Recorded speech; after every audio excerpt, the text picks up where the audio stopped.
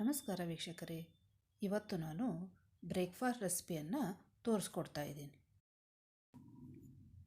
ನಿಮಗೆ ಅದೇ ನಾರ್ಮಲ್ ಉಪ್ಪಿಟ್ಟು ತಿಂದು ತಿಂದು ಬೇಜಾರಾಗಿದ್ದರೆ ಈ ರೀತಿ ಮಸಾಲ ಉಪ್ಪಿಟ್ಟನ್ನ ಮಾಡ್ಕೊಳ್ಳಿ ವೀಕ್ಷಕರೇ.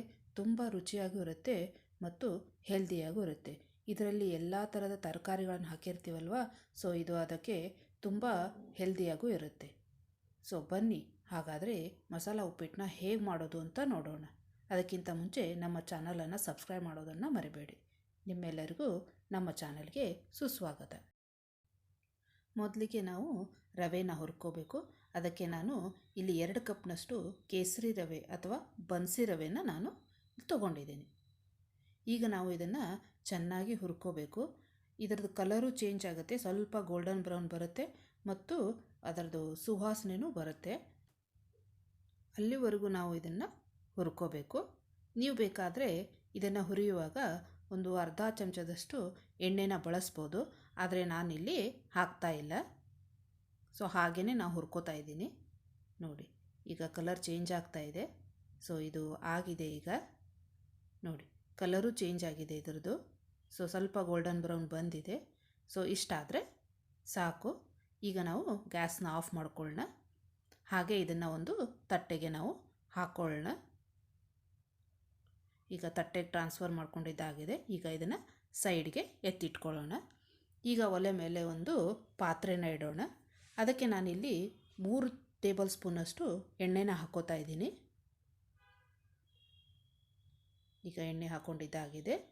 ಈಗ ಇದಕ್ಕೆ ನಾನು ಎಣ್ಣೆ ಕಾದ್ಮೇಲೆ 1 ಚಮಚದಷ್ಟು ನಾನು ಸಾಸಿವೆನ ಹಾಕ್ಕೋತಾ ಇದ್ದೀನಿ.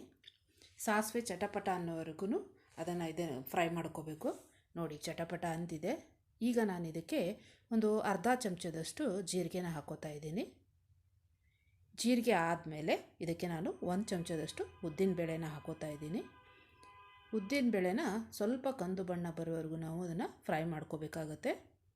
ಸೊ ನೋಡಿ, ಇದು ಕಂದು ಬಣ್ಣ ಬಂದಿದೆ.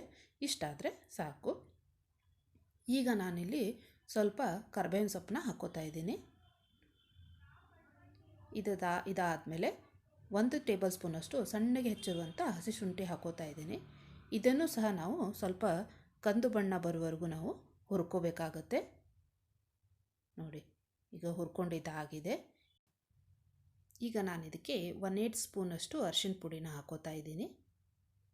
ಇದಾದಮೇಲೆ ಹೆಚ್ಚಿಕೊಂಡಿರುವಂಥ ಈರುಳ್ಳಿಯನ್ನು ಹಾಕ್ಕೋತಾ ಇದ್ದೀನಿ. ಇಲ್ಲಿ 1 ಕಪ್ನಷ್ಟು ನಾನು ಹಾಕ್ಕೊಂಡಿದ್ದೀನಿ. ಈಗ ಈರುಳ್ಳಿಯನ್ನು ನಾವು ಸಹ ಮೆತ್ತಗಾಗುವವರೆಗೂ ಅದನ್ನು ಫ್ರೈ ಮಾಡ್ಕೋಬೇಕಾಗತ್ತೆ. ನೋಡಿ, ಇದನ್ನು ಚೆನ್ನಾಗಿ ಫ್ರೈ ಮಾಡ್ಕೊಂಡಿದ್ದಾಗಿದೆ. ಈಗ ಇಷ್ಟು ಫ್ರೈ ಆದರೆ ಸಾಕು. ಈಗ ನಾನು ಇದಕ್ಕೆ ಒಂದು ಅರ್ಧ ಕಪ್ನಷ್ಟು ಸಣ್ಣಗೆ ಹೆಚ್ಚಿಕೊಂಡಿರುವಂಥ ಆಲೂಗಡ್ಡೆನ ಹಾಕ್ಕೊಂಡಿದ್ದೀನಿ. ನಾನು ಸಿಪ್ಪೆ ತೆಗೆದಿಲ್ಲ ಇಲ್ಲಿ. ಈಗ 1 ಕಪ್ನಷ್ಟು ಬೀನ್ಸ್ನ ಹಾಕ್ಕೋತಾ ಇದ್ದೀನಿ. ಹಾಗೆ ಒಂದು ಅರ್ಧ ಕಪ್ನಷ್ಟು ಕ್ಯಾರೆಟ್ನ ಹಾಕ್ಕೊಂಡಿದ್ದೀನಿ. ಹಾಗೆ ನಾನು ಒಂದು ಅರ್ಧ ಕಪ್ನಷ್ಟು ಇಲ್ಲಿ ಹಸಿರು ಬಟಾಣಿಯನ್ನು ಹಾಕ್ಕೊಂಡಿದ್ದೀನಿ. ಇದು ಆಪ್ಷನಲ್ಲು. ಈಗ ಇದನ್ನು ಚೆನ್ನಾಗಿ ಕಲಿಸ್ಬಿಟ್ಟು ಒಂದು 5ರಿಂದ 6 ನಿಮಿಷ ಚೆನ್ನಾಗಿ ಇದನ್ನು ಫ್ರೈ ಮಾಡ್ಕೋಬೇಕಾಗತ್ತೆ. ಇದರಲ್ಲಿ ನಿಮಗೆ ಯಾವುದಾದ್ರೂ ತರಕಾರಿ ಇಲ್ಲ ಅಂದರೆ ನೀವು ಅದನ್ನು ಸ್ಕಿಪ್ ಮಾಡ್ಬೋದು. ಈಗ 1 ಕಪ್ನಷ್ಟು ನಾನಿಲ್ಲಿ ಹೂಕೋಸನ್ನ ಹಾಕ್ಕೊಂಡಿದ್ದೀನಿ. ಇದನ್ನು ನಾನು ಚೆನ್ನಾಗಿ ತೊಳೆದ್ಬಿಟ್ಟು ಕ್ಲೀನ್ ಮಾಡಿ ಹಾಕ್ಕೊಂಡಿದ್ದೀನಿ. 3 ನಿಮಿಷ ಚೆನ್ನಾಗಿ ಫ್ರೈ ಮಾಡ್ಕೋಬೇಕಾಗುತ್ತೆ ಇದನ್ನ. ನೋಡಿ, ಈಗ 3 ನಿಮಿಷ ಆಗಿದೆ. ಈಗ ನಾವು ಇದಕ್ಕೆ ಎಲೆಕೋಸು ಅಥವಾ ಕ್ಯಾಬೇಜ್ನ ಹಾಕ್ಕೋತಾ ಇದ್ದೀನಿ. 1 ಕಪ್ನಷ್ಟು ನಾನಿಲ್ಲಿ ಅದನ್ನು ಹಾಕ್ಕೊಂಡಿದ್ದೀನಿ. ಇದನ್ನು ಸಹ ನಾವು 2ರಿಂದ 3 ನಿಮಿಷ ಚೆನ್ನಾಗಿ ಫ್ರೈ ಮಾಡ್ಕೋಬೇಕಾಗತ್ತೆ. ಈಗ 3 ನಿಮಿಷ ಆಗಿದೆ ಫ್ರೈ ಮಾಡಿಕೊಂಡು. ಈಗ ನಾವಿಗೆ 1.5 ಚಮಚದಷ್ಟು ಉಪ್ಪನ್ನ ಹಾಕ್ಕೋತಾ ಇದ್ದೀನಿ. ಈ ಸ್ಟೇಜಲ್ಲಿ ಉಪ್ಪು ಹಾಕೋದ್ರಿಂದ ತರಕಾರಿಗಳು ಚೆನ್ನಾಗಿ ಬೇಯುತ್ತೆ ಮತ್ತು ಬೇಗನೆ ಬೇಯುತ್ತೆ ಅಂತ ಅಷ್ಟೇ. ಈಗ ಇದಕ್ಕೆ 1.5 ಚಮಚದಷ್ಟು ನಾನಿಲ್ಲಿ ಅಚ್ಚ ಖಾರದ ಪುಡಿನ ಹಾಕ್ಕೋತಾ ಇದ್ದೀನಿ. ನಿಮಗೆ ಖಾರ ಇನ್ನೂ ಜಾಸ್ತಿ ಬೇಕಂದರೆ ನೀವು 2 ಸ್ಪೂನಷ್ಟು ಹಾಕ್ಕೋಬೋದು.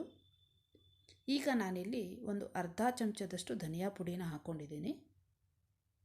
ಈಗ ಇದನ್ನು ಚೆನ್ನಾಗಿ ಕಲಿಸ್ಬಿಟ್ಟು ನಾವು ಒಂದು 2 ನಿಮಿಷವರೆಗೂ ಅದನ್ನು ಫ್ರೈ ಮಾಡ್ಕೋಬೇಕಾಗತ್ತೆ. ಇಲ್ಲಿ ಧನಿಯಾ ಪುಡಿ ಹಾಕಿರೋದು ಆಪ್ಷನಲ್ಲು. ನೀವು ಮನೇಲಿ ಇದ್ದರೆ ಹಾಕ್ಕೋಬೋದು, ಇಲ್ಲ ಅಂದರೆ ಅದನ್ನು ಸ್ಕಿಪ್ ಮಾಡ್ಬೋದು. ಸೊ ಇದು ಚೆನ್ನಾಗಿ ಕಲಿಸಿದ್ದಾಗಿದೆ. ಈಗ ಇದನ್ನು ಮುಚ್ಚಿ ನಾವೊಂದು 5 ನಿಮಿಷ ಅದನ್ನು ಬೇಯೋಕ್ಕೆ ಬಿಡಬೇಕು. ಆ ಉಪ್ಪು ಹಾಕಿರೋದ್ರಿಂದ ಅದು ನೀರು ಬಿಟ್ಕೊಳ್ಳುತ್ತೆ ಮುಚ್ಚೋದ್ರಿಂದ. ಸೊ ಅದಕ್ಕೆ 5 ನಿಮಿಷ ಆಗಿದೆ ಈಗ ಒಂದು ಸತಿ ಅದನ್ನು ಚೆನ್ನಾಗಿ ನಾವು ಕಲಿಸ್ಕೊಂಡು ಬಿಡೋಣ.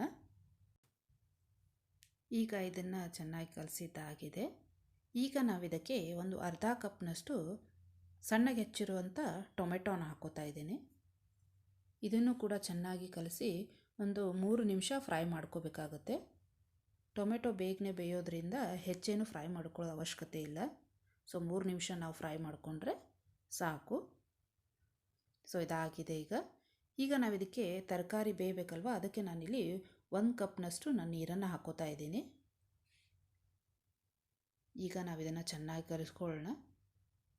ಏಕೆಂದರೆ ಎಲ್ಲನೂ ನಾನು ಹಸಿ ತರಕಾರಿ ಹಾಕಿರೋದ್ರಿಂದ ಬೇಯಿಸ್ಕೊಂಡು ಹಾಕಿಲ್ಲ, ಅದಕ್ಕೆ ಈಗ 1 ಕಪ್ನಷ್ಟು ನೀರು ಹಾಕೋತಾ ಇದ್ದೀನಿ. ಸೊ ಇದಾಗಿದೆ. ಈಗ ಇದನ್ನು ಮುಚ್ಚಿ ನಾವು 8ರಿಂದ 9 ನಿಮಿಷ ಅದನ್ನು ಬೇಯೋಕ್ಕೆ ಬಿಡಬೇಕಾಗತ್ತೆ. ನೀರು ಹಾಕೋದ್ರಿಂದ ಬೇಗನೆ ಚೆನ್ನಾಗಿ ಬೇಯುತ್ತೆ. ಸೊ ಒಂದು 8 ನಿಮಿಷ ಆಗಿದೆ. ನೋಡೋಣ. ನೋಡಿ ಚೆನ್ನಾಗಿ ಬೆಂದಿದೆ. ಸೊ ಒಂದು ಸತಿ ಕೈ ಆಡಿಸ್ಕೊಂಡ್ಬಿಡೋಣ. ಈಗ ಇದಕ್ಕೆ ನಾನು 1 ಚಮಚದಷ್ಟು ಗರಂ ಮಸಾಲ ಹಾಕೋತಾ ಇದ್ದೀನಿ. ಹಾಗೆ ಇಲ್ಲಿ 1 ಚಮಚದಷ್ಟು ಪಾವ್ ಭಾಜಿ ಮಸಾಲ ಹಾಕೋತಾ ಇದ್ದೀನಿ. ಇದು ಎಲ್ಲ ಅಂಗಡಿಗಳಲ್ಲೂ ಸಿಗುತ್ತೆ ವೀಕ್ಷಕರೇ. ಈಗ ಇದನ್ನು ನಾವು ಚೆನ್ನಾಗಿ ಕಲಿಸ್ಕೊಂಡ್ಬಿಡೋಣ. ನೋಡಿ ಈಗ ಕಲಸಿದ್ದಾಗಿದೆ. ಈಗ ಇದನ್ನು ನಾವು ಮುಚ್ಚಿ ಸಣ್ಣ ಉರಿಯಲ್ಲಿ ಒಂದು 5 ನಿಮಿಷ ಬೇಯಿಸ್ಕೋಬೇಕಾಗುತ್ತೆ. ಅಂದರೆ ಆ ಮಸಾಲೆ ಎಲ್ಲ ತರಕಾರಿ ಒಳಗೆ ಹೋಗಲಿ ಅಂತ ಅಷ್ಟೇ. 5 ನಿಮಿಷ ಆಗಿದೆ ಸೊ 5 ನಿಮಿಷ ಆಗಿದೆ. ಸೊ ಈಗ ನಾವು ಒಂದು ಸತಿ ಚೆನ್ನಾಗಿ ಕಲಿಸ್ಕೊಂಡ್ಬಿಡೋಣ. ಈಗ ನಾನು ಇದಕ್ಕೆ ಸ್ವಲ್ಪ ಒಂದು ಅರ್ಧ ಚಮಚದಷ್ಟು ಬೆಲ್ಲನ ಹಾಕೋತಾ ಇದ್ದೀನಿ. ನೀವು ಬೇಕಾದರೆ ಸಕ್ಕರೆನೂ ಹಾಕೋಬೋದು, ಟೇಸ್ಟು ಚೆನ್ನಾಗಾಗುತ್ತೆ ಅಂತ ಅಷ್ಟೇ. ಸೊ ಈಗ ಬೆಲ್ಲ ಹಾಕಿದ್ದೀನಿ. ಸೊ ಚೆನ್ನಾಗಿ ಒಂದು ಸತಿ ಕಲಿಸ್ಕೊಂಡ್ಬಿಡೋಣ. ನಿಮ್ಗೆ ಬೇಡ ಅಂದರೆ ನೀವು ಸ್ಕಿಪ್ ಮಾಡ್ಬೋದು ವೀಕ್ಷಕರೇ. ಈಗ ನಾನು ಇಲ್ಲಿ ಒಂದು 5 ಕಪ್ನಷ್ಟು ನೀರು ಹಾಕೋತಾ ಇದ್ದೀನಿ. ಮುಂಚೆನೇ ನಾನು ಇಲ್ಲಿ 1 ಕಪ್ನಷ್ಟು ನೀರು ಹಾಕ್ಕೊಂಡಿದ್ದಾಗಿದೆ ತರಕಾರಿ ಬೇಯಿಸೋಕ್ಕೆ. ಸೊ ನಾನೀಗ 5 ಕಪ್ನ ಹಾಕೋತಾ ಇದ್ದೀನಿ. ಸೊ ಟೋಟಲಾಗಿ ನಾನು 6 ಕಪ್ ನೀರನ್ನ ಬಳಸ್ತಾ ಇದ್ದೀನಿ ವೀಕ್ಷಕರೇ. ನೋಡಿ ಈಗ 5 ಕಪ್ ನೀರು ಹಾಕ್ಕೊಂಡಿದ್ದಾಗಿದೆ. ಈಗ ನಾವು ಒಂದು ಸತಿ ಇದನ್ನು ಚೆನ್ನಾಗಿ ಕಲಿಸ್ಬಿಟ್ಟು ಅದನ್ನು ಕುದಿ ಬರೋಕ್ಕೆ ಬಿಡಬೇಕಾಗುತ್ತೆ. ನೋಡಿ ಚೆನ್ನಾಗಿ ಕಲಸಿದ್ದಾಗಿದೆ. ಈಗ ನಾವು ಇದಕ್ಕೆ 1 ಚಮಚದಷ್ಟು ಉಪ್ಪನ್ನ ಹಾಕೋತಾ ಇದ್ದೀನಿ. ನೀವು ರುಚಿ ನೋಡಿಕೊಂಡು ಹಾಕ್ಕೊಳ್ಳಿ. ಸೊ ಈಗ ಚೆನ್ನಾಗಿ ಕಲಿಸ್ಕೊಳ್ಳೋಣ. ಈಗ ನಾವು ಇದರ ಮೇಲೆ ಮುಚ್ಚಿ ಇದು ಕುದಿಯೋಕ್ಕೆ ಬಿಡಬೇಕು. ಚೆನ್ನಾಗಿ ಕುದಿ ಬರೋವರೆಗೂ ಅದನ್ನು ಮುಚ್ಚಿ ಕುದಿಸ್ಬೇಕು ನಾವು. ನೋಡಿ ಈಗ ನೀರು ಕುದೀತಾ ಇದೆ. ಈಗ ನಾವೀಗೆ ಹೆಚ್ಚಿಕೊಂಡಿರುವಂಥ ಕೊತ್ತಂಬರಿ ಸೊಪ್ಪನ್ನು ಹಾಕೊಳ್ಳೋಣ. ಹಾಕಿ ಈಗ ಚೆನ್ನಾಗಿ ಒಂದು ಸತಿ ಕಲಿಸ್ಕೊಂಡ್ಬಿಡೋಣ. ಈಗ ಕಲಸಿದ್ದಾಗಿದೆ.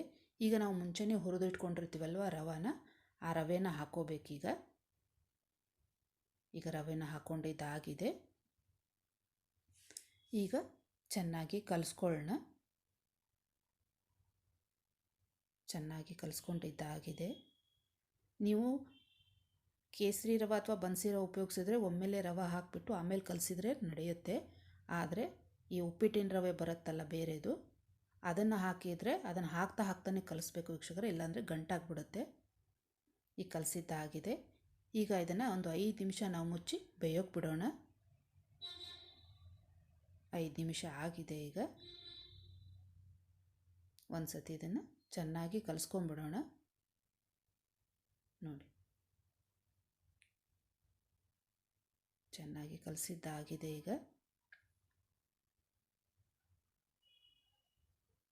ಈಗ ನಾವು ಚೆನ್ನಾಗಿ ಕಲಸಿದ ಮೇಲೆ ಈಗ ಏನು ಮಾಡೋಣ, ಗ್ಯಾಸ್ ಆಫ್ ಮಾಡಿಬಿಡೋಣ. ಗ್ಯಾಸ್ ಆಫ್ ಮಾಡಿ ಒಂದು 5 ನಿಮಿಷ ಮುಚ್ಚಿ ಹಾಗೆ ಬಿಟ್ಬಿಡೋಣ. ಅಂದರೆ ಅದು ಇನ್ನೂ ಚೆನ್ನಾಗಿ ಉಪ್ಪಿಟ್ಟು ರೆಡಿ ಆಗುತ್ತೆ. ಸೊ 5 ನಿಮಿಷ ಆಗಿದೆ. ಈಗ ನೋಡಿ ಎಷ್ಟು ಚೆನ್ನಾಗಿ ಬೆಂದಿದೆ ಅಂತ. ಆರಿಸಿದ ಮೇಲೆ ಗ್ಯಾಸ್ ಆಫ್ ಮಾಡಿದ ಮೇಲೆ ಹವೆಯಲ್ಲೇ ಅದು ಚೆನ್ನಾಗಿ ಒಂದು 5 ನಿಮಿಷ ಬಿಟ್ಟರೆ ಚೆನ್ನಾಗಿ ಬೇಯುತ್ತೆ ಅಂತ ಅಷ್ಟೇ. 5 ನಿಮಿಷ ಆಗಿದೆ. ಈಗ ಚೆನ್ನಾಗಿ ಕಲಸಿದ್ದು ಆಗಿದೆ. ಈಗ ಸಣ್ಣಗೆ ಹೆಚ್ಚಿರುವಂಥ ಕೊತ್ತಂಬರಿ ಸೊಪ್ಪುಗಳನ್ನ ಹಾಕೊಳ್ಳೋಣ. ಚೆನ್ನಾಗಿ ಒಂದು ಸತಿ ಕಲಿಸ್ಕೊಂಡ್ಬಿಟ್ರೆ ಮಸಾಲ ಉಪ್ಪಿಟ್ಟು ರೆಡಿ ಆಯಿತು ವೀಕ್ಷಕರೇ. ನೋಡಿ ಎಷ್ಟು ಚೆನ್ನಾಗಾಗಿದೆ ಅಂತ. ಬಿಸಿ ಬಿಸಿ ಮಸಾಲ ಉಪ್ಪಿಟ್ಟು ಜೊತೆ ಒಂದು ಕಪ್ ಟೀನೋ ಕಾಫಿನೋ ಕುಡಿತಾ ತಿಂತಾ ಇದ್ದರೆ ಸಖತ್ತಾಗಿರುತ್ತೆ ವೀಕ್ಷಕರೇ. ಒಮ್ಮೆ ಈ ರೆಸಿಪಿನ ಟ್ರೈ ಮಾಡಿ ನೋಡಿ. ನೀವು ಮತ್ತೆ ಮತ್ತೆ ಈ ರೆಸಿಪಿನ ಮನೆಯಲ್ಲಿ ಮಾಡ್ತಾನೇ ಇರ್ತೀರ, ಅಷ್ಟು ಚೆನ್ನಾಗಿ ಬರುತ್ತೆ ಮತ್ತು ಹೆಲ್ದಿಯಾಗೂ ಇರುತ್ತೆ. ಯಾಕಂದರೆ ಮಕ್ಕಳು ಎಲ್ಲ ತರಕಾರಿನ ತಿನ್ನಲ್ಲ. ಹೀಗೆ ಉಪ್ಪಿಟ್ಟಿನಲ್ಲಿ ನೀವೆಲ್ಲ ತರಕಾರಿ ಹಾಕಿ ಮಾಡಿದರೆ ಮತ್ತು ರುಚಿಯಾಗೂ ಇರುತ್ತೆ. ಸೊ ಎಲ್ಲರೂ ಇಷ್ಟಪಟ್ಟು ತಿಂತಾರೆ. ನಾರ್ಮಲ್ ತಿಂದು ಬೇಜಾರಾದಾಗ ಈ ರೀತಿ ಮಸಾಲ ಉಪ್ಪಿಟ್ಟನ್ನ ಮಾಡಿಕೊಂಡ್ರೆ ತುಂಬ ರುಚಿಯಾಗಿರುತ್ತೆ. ಒಂದು ಸತಿ ಈ ರೀತಿ ಮಸಾಲ ಉಪ್ಪಿಟ್ಟನ್ನ ಮಾಡಿ ನೋಡಿ. ನೀವು ನಿಮ್ಮ ಮನೆಯಲ್ಲಿ ಮತ್ತೆ ಮತ್ತೆ ಈ ಉಪ್ಪಿಟ್ಟನ್ನ ಕೇಳಿ ಮಾಡಿಸ್ಕೋತಾರೆ. ಸೊ ನೋಡಿದ್ರಲ್ಲ ವೀಕ್ಷಕರೇ, ಮಸಾಲ ಉಪ್ಪಿಟ್ಟು ಹೇಗೆ ಮಾಡೋದು ಅಂತ. ಈ ರೆಸಿಪಿ ನಿಮಗೆ ಇಷ್ಟ ಆಗಿದ್ದರೆ ಲೈಕ್ ಮಾಡಿ, ಶೇರ್ ಮಾಡಿ, ಹಾಗೆ ನಮ್ಮ ಚಾನಲನ್ನು ಸಬ್ಸ್ಕ್ರೈಬ್ ಮಾಡೋದನ್ನು ಮರಿಬೇಡಿ. ಮುಂದಿನ ರೆಸಿಪಿಯೊಂದಿಗೆ ಮತ್ತೆ ನಿಮ್ಮನ್ನು ಭೇಟಿಯಾಗ್ತೀನಿ. ಧನ್ಯವಾದಗಳು. Thank you for watching.